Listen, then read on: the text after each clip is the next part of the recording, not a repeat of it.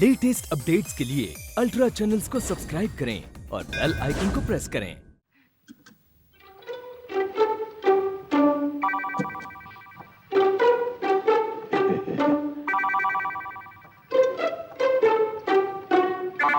देवी जी, अपने माँ बाप से लड़कर आई हो या कसम से झगड़ा कर लिया है? फिक्र मत करो, तुम्हें यहां से कोई नहीं ले जा सकता। मैं इस गांव का बेताज बादशाह हूं। वो इस गांव का मुंसिफ है ना रघु, अरे वो तो मेरे जूतों के तलवे चाटता है।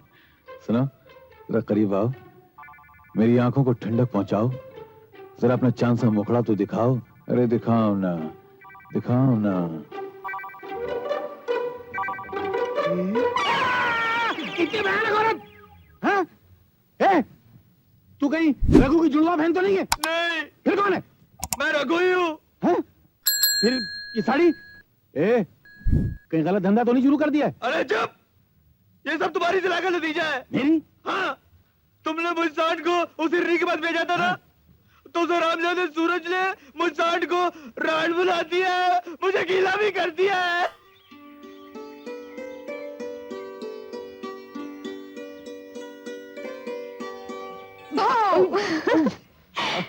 डर गए हो? गिर गया। क्या फायदा? खेत की जमीन पर तो गिरते हो, लेकिन मेरे दिल की जमीन पर कभी नहीं गिरते। हम जैसे गिरे हुए या तो ठोकर खाकर जमीन पर गिरते हैं या नजरों से गिरते हैं, दिल पे गिरने लायक नहीं है। देखो, तुम ये दिल जलाने वाली बातें करके मेरे दिल मत दुखाया करो। प्रीति, मैं तुम्हें किस तरह समझाऊं? मेरी हर खुशी तुम्हारे पिता की नजरों में कांटे की तरह चुभती है। और मैं तुम्हें किस जुबान से समझाऊं कि मैं जिंदा सिर्फ तुम्हारे लिए हूं, अपने पिता के लिए नहीं। मेरी खुशी के लिए तुम कुछ भी कर सकती हो। जरूर, कह के तो देखो। तो फिर जहां तुम्हारे पिता चाहते हैं वहां तुम शादी कर लो और किसी बड़े घराने की बहू बनकर आराम की जिंदगी गुजारो। यही मेरी सबसे बड़ी खुशी है। अगर मुझे पता होता कि आज तुम इतने सड़े हुए मूड में हो तो मैं यहाँ कभी नहीं आती। ठीक है, मैं जाती हूँ, फिर कभी नहीं आऊंगी।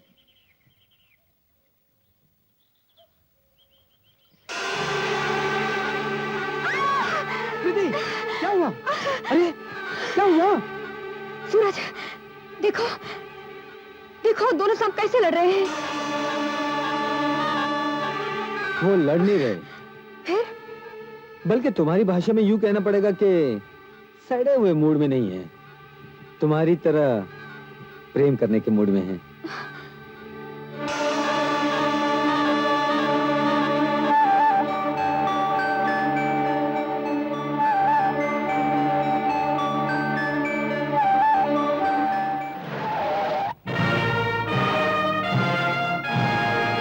क्या हो रहा बंसीलाल?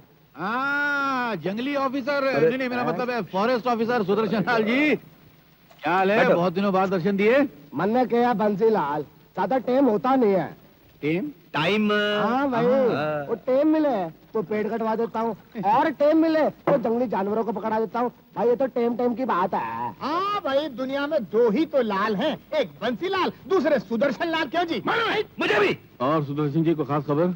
खबर है बंसीलाल कि जंगल का एक बहुत बड़ा हिस्सा है और वहाँ पर सिर्फ सागवान के पेड़ लगे हैं और फॉरेस्ट डिपार्टमेंट ने उसके लिए टेंडर मंगवाया है। तो सब लोग एक काम करो, वो टेंडर भर दो, बहुत सारा फायदा होगा। समझ में नहीं आता सुदर्शन लाल जी, आपके निशानों का शुक्रिया हम कैसे अदा करें? वैसे ही जैसे हमेशा चुकता करते आए हो बंसीलाल। एक तो मन्ने की ये छोटी सी जेब गरम कर दो और दूसरा मन्ने को कोई ताजा गुवाहाटी फल खिला दो, बहुत टेम हो गया है। देखिए, जहां तक आपकी इस छोटी जेब का ताल्लुक है वो तो मैं गर्म कर दूंगा, फल वल खिलाना इनका काम है।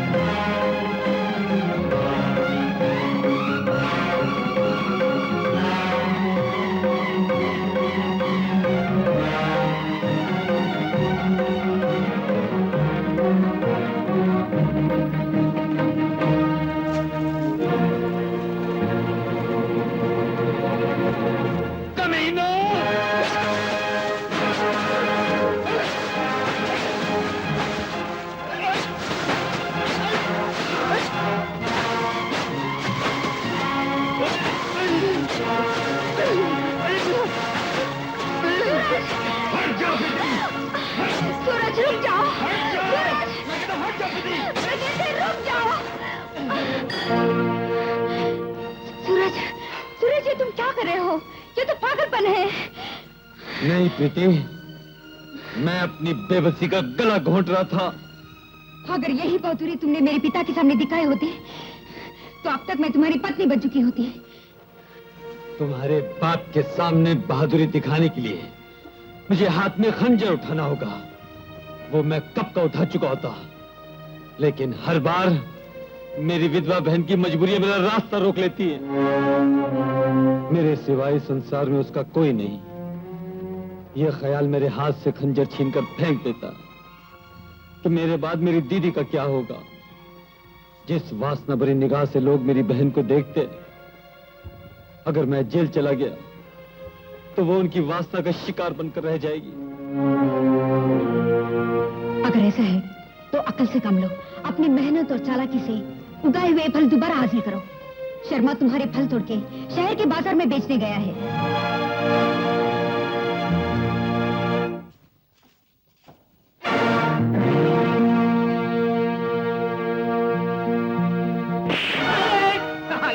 अरे बंसीलाल जी को क्या जवाब दूंगा, फिर लीला कर गया। कभी खो जाए। सुनिए, अरे सीता, सीता तुम्हारे खूबसूरत पैर मेरे घर की चौखट चमकाने आए हैं।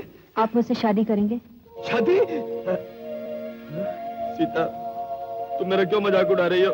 क्या एक बार साड़ी पहनाने के बाद भी तुम्हारा जी? मैं सच कह रही हूँ। आप मुझसे शादी करेंगे? अरे तुम्हारे साथ शादी करने के लिए तो मैं खुदकुशी करने को तैयार हूँ। बोलो कब कर रही है शादी? अभी, इसी वक्त। इसी वक्त? मुझे मंजूर है। देखो सीता, मैं इस गांव के कायदे कानून का इंचार्ज हूँ। शादी तो मैं आधे घंटे में कर लूंगा, लेकिन कहीं ऐन वक्त पर तुम्हारा भाई आ गया और उसने वो मंगलसूत्र मेरे गले में पहना दिया तो बड़ी मुश्किल हो जाएगी। नहीं, उसे मालूम ही नहीं पड़ेगा। और जब तक उसे मालूम पड़ेगा तब तक तो हमारी शादी भी हो चुकी होगी और आप मेरे पति भी बन चुके होंगे। फिर वो अपनी बहन के सुहाग पर कभी हाथ नहीं उठाएगा।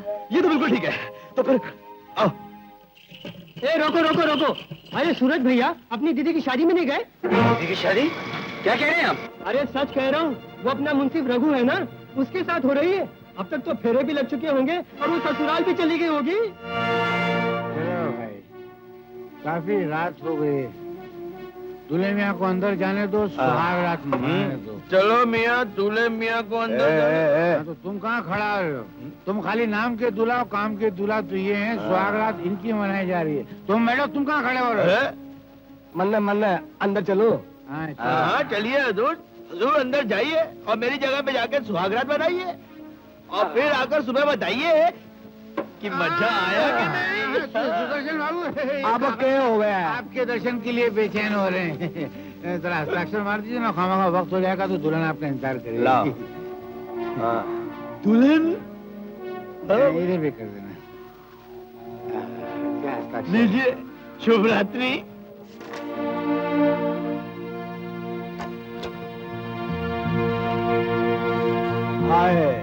कौन है आप? आज की रात थारे का पति। क्या बकवास करते हो? अजी मन्ने बकवास करने नहीं, थारे के साथ सुहागरात बनाने आए। छोड़ दो, छोड़ दो, छोड़ दो, छोड़ दो, छोड़ दो।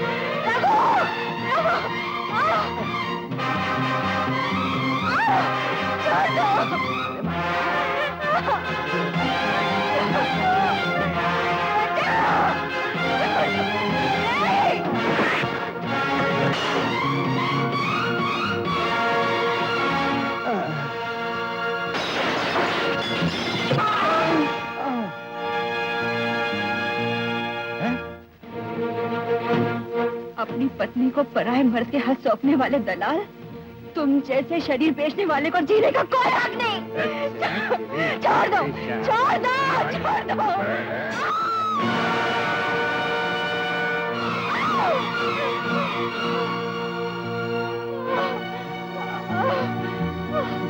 देख उसको, उठा उठा उठा, चल सब देखते हैं। उठा,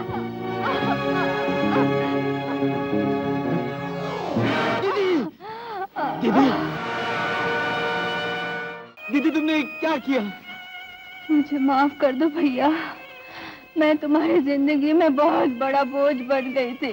नहीं, उस बोझ को हल्का करने के लिए मैंने उस पापी रघु से शादी कर ली दीदी और उसके घर में बंदनी बन गई। दीदी लेकिन मैं धोखा खा गई मेरे भाई।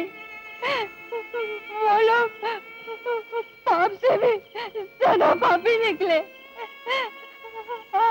अपने वादे के लिए वो लोगों ने मुझे फॉरेस्ट ऑफिसर के हवाले कर दिया। नहीं दीदी नहीं दीदी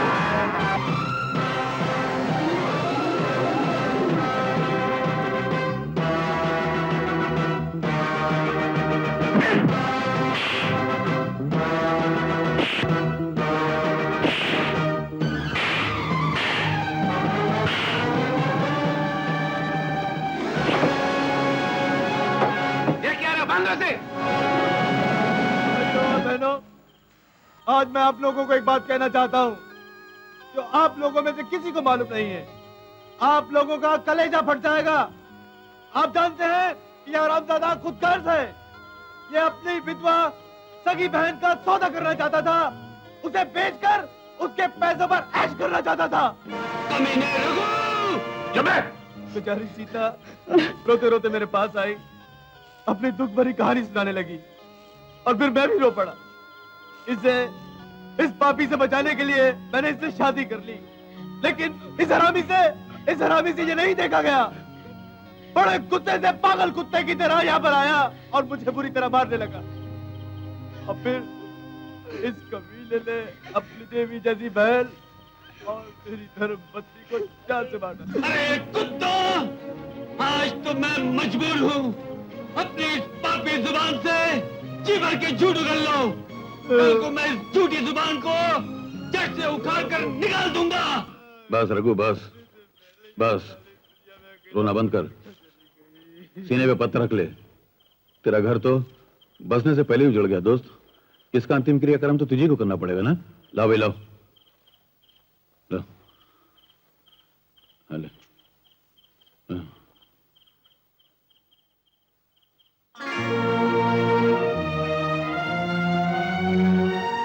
चल उठो। शर्मा जी पुलिस को खबर कर दी? जी हाँ, कर दी। लेकिन पुलिस के आने से पहले हम इसको सजा देंगे। इसके बाल मुंडवा कर, इसका मुंह काला करके इसको गधे पर उल्टा बिठाकर सारे गांव में फिराएंगे ताकि गांव वालों को इबरत मिले कि कोई भी आदमी अपनी बहन की इज्जत का सौदा न करे, उसके पाक दामन को उसके खून से सुर्ख न करे। तेजा? जी हाँ। नीचे करो इसे।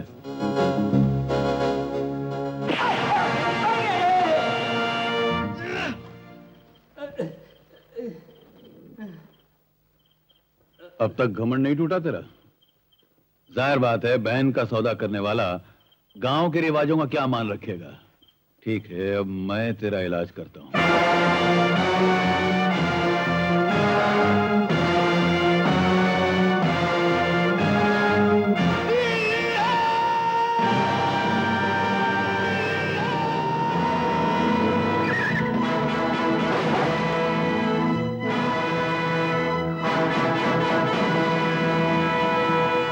और इस तरह मैं वहां से बचकर भाग निकला। उनसे बदला लेने के लिए मेरा एहसास बर्छियों की तरह सुबह शाम मेरे सीने में चुभता रहता है, किसी पल मुझे चैन नहीं लेने देता। सुनीता जी, अब आप ही बताइए, क्या मैं खूनी हूं, कातिल हूं, मुजरिम हूं, गुनहगार हूं? नहीं, बिल्कुल नहीं।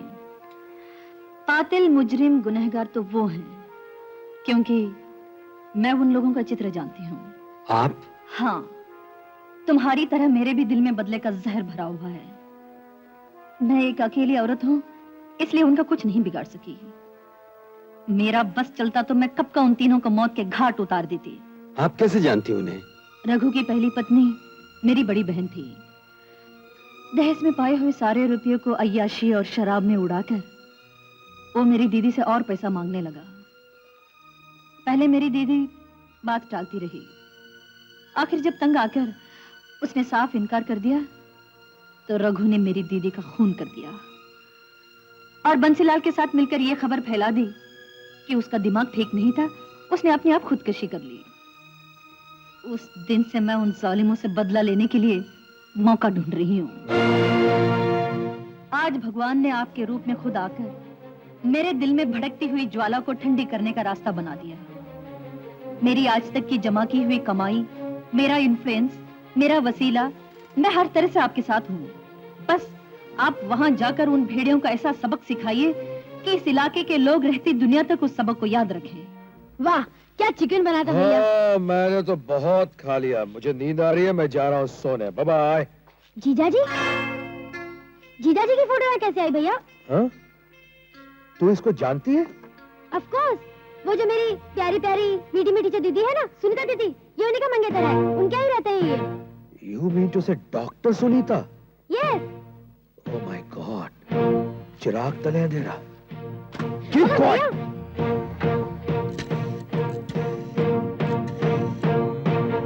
हेलो, मैं दिनेश बोल रहा हूँ।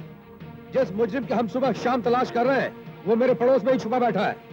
तुम फौरन पुलिस फोर्स लेकर डॉक्टर सुनीता के मकान को चारों तरफ से घेर लो। कम ऑन फास्ट नाउ, मैं पहुंचता हूं।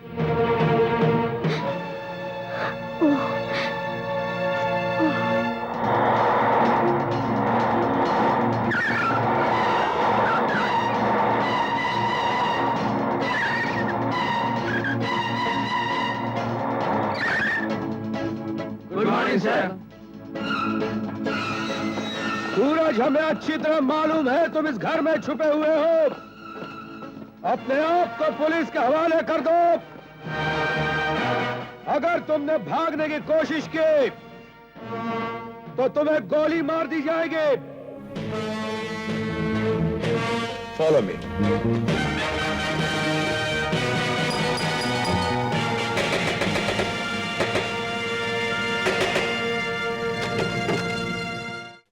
डॉक्टर सुनीता। यस। सूरज कहाँ है? सूरज तो आसमान पर है। आसमान के सूरज को तो हम जमीन पर नहीं ला सकते हैं, लेकिन जमीन के इस सूरज को आसमान तक जरूर पहुंचा सकते हैं। डॉक्टर सुनीता, आप अच्छी तरह जानती हैं हम आपसे क्या पूछना चाह रहे हैं। ओह, सूरज बाबू के बारे में? वो तो चले गए। आई सी। कब? सुबह 8 बजे। अच्छा, ठीक है, इनके घर की तलाशी लो। चलो। 1 मिनट, आपके पास तलाशी का वारंट है? देखिए देवी जी, मेरे पास सबूत भी है और वारंट भी। आप कहें तो फौरन पेश करूं आपको। हाँ? It's all right.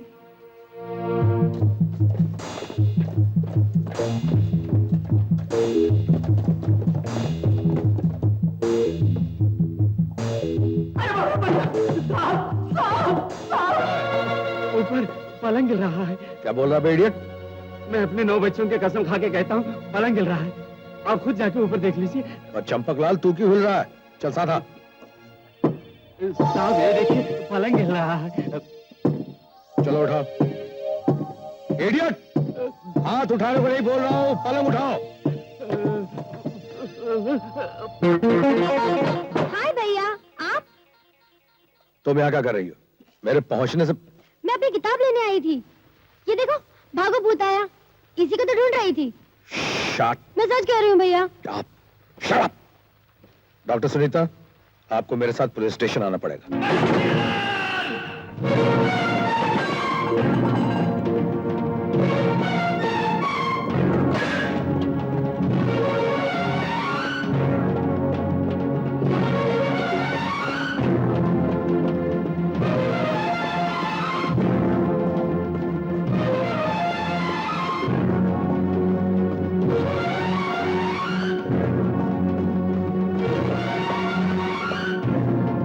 सवेरे सवेरे निवृत्ति हो जाती है तो बड़ा आनंद आ गया भैया। बता, बंसीलाल कहाँ है? मर गया, खो गया, मतलब गीला हो गया। सीधी तरह बता वरना गर्दन मरोड़ कर यहीं जमीन में गाड़ दूंगा। वो तो शहर गए हैं। जाकर उन कमीनों से कह दे कि सूरज की किरणें मौत बनकर उनका पीछा कर रही हैं। अब वो अपनी जिंदगी के दिन नहीं, घड़ियां गिननी शुरू कर दें। गीला कर गया रे। सुनीता देवी, आप एक डॉक्टर हैं। सोसाइटी में आपकी इज्जत है और आपने एक मुजरिम को, एक भागे हुए कैदी को अपने घर में पनाह दी। मुझे कैसे मालूम हो सकता है कि वो मुजरिम है या भागा हुआ कैदी?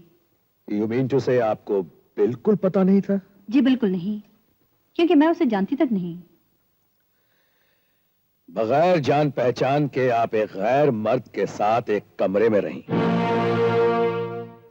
मेरा मतलब एक घर में रहीं।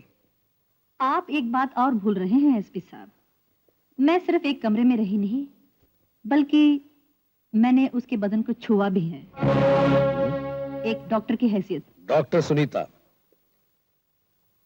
आप ये कहना चाहती हैं कि सूरज ने 2 दिन आपके घर में सिर्फ एक मरीज की हैसियत से गुजारे?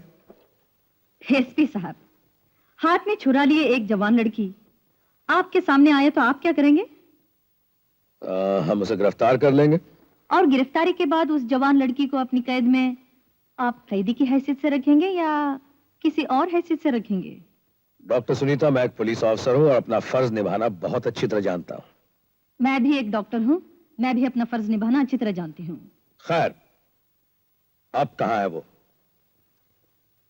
डॉक्टरी की डिग्री लेने के बाद से आज तक मैंने हजारों मरीजों का इलाज किया, मगर घर जाने वाले मरीजों का एड्रेस कभी नहीं पूछा। मैडम, आपको जरूरत से ज्यादा ही स्मार्ट बन रही है।